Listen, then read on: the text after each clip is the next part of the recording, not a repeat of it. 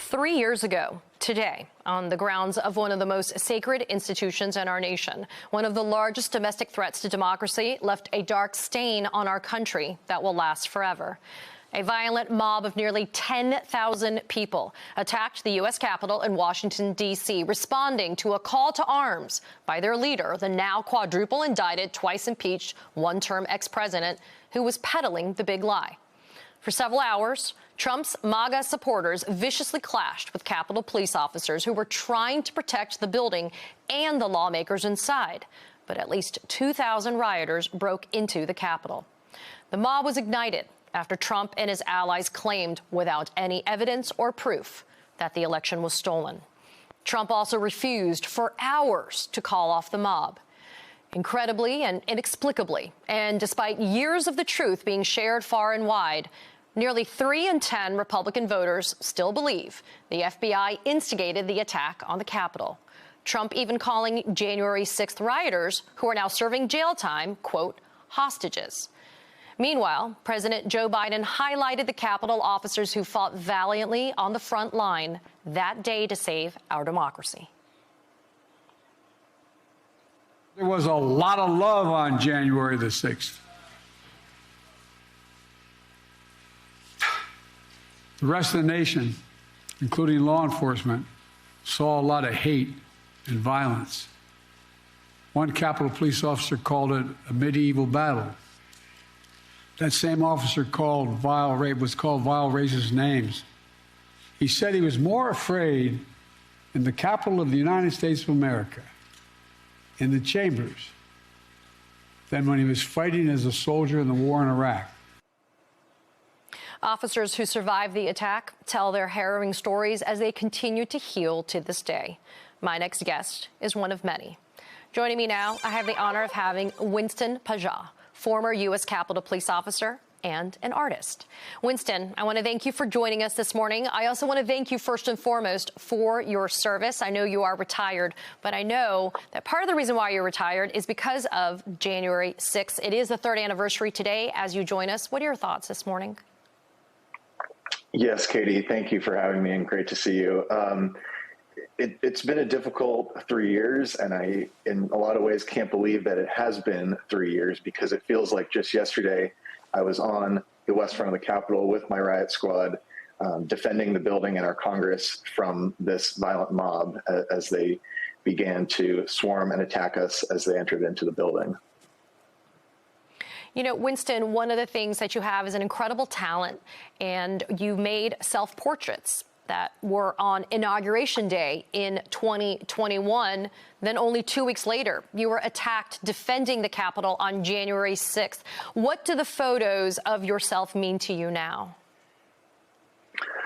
You know, my art has always been there for me, and it's been a way that I've always been able to express myself creatively, use a different voice than I have instead of verbalizing my emotions. So, you know, to paint myself standing on the West Front 2 weeks after having been attacked on January 6th, I think a lot of my work inspired by my service to the department and that day in particular are very heavy and have that sort of tragic darkness as a theme because that's what the reality of January 6th was.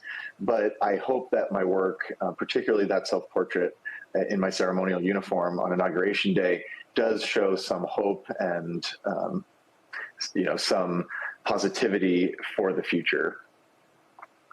Winston, I mentioned in the lead up to your interview about how 3 in 10 Republican voters think that the FBI instigated January 6th. What does that make you think or feel, considering the fact that you were one of several hundred law enforcement officers on that day that were battling it out in ways that were worse than actually being at war? It is really upsetting, and I don't even know how that has happened. So for me, it's been important to continue to speak out about the facts of that day, which is why I testified in the Colorado lawsuit that you were just discussing, and why I'm talking to you here today. It's not easy for me to talk about this because it was such a difficult and traumatic experience for me fighting for my life on the steps of the Capitol. But it's important because every American needs to know that January 6th was not some conspiracy, and it was not some, hugs and kissing or some peaceful tourist visit like the former president and some still current members of Congress are saying as they try to continue to whitewash and minimize the violent and brutal attack on our Capitol and on our democracy. Talk about how important your art has been to help you heal. We often shy away from what we think is a stigmatized conversation about mental health, especially when it comes to people like you that served in law enforcement and had to go through the trauma of January 6th.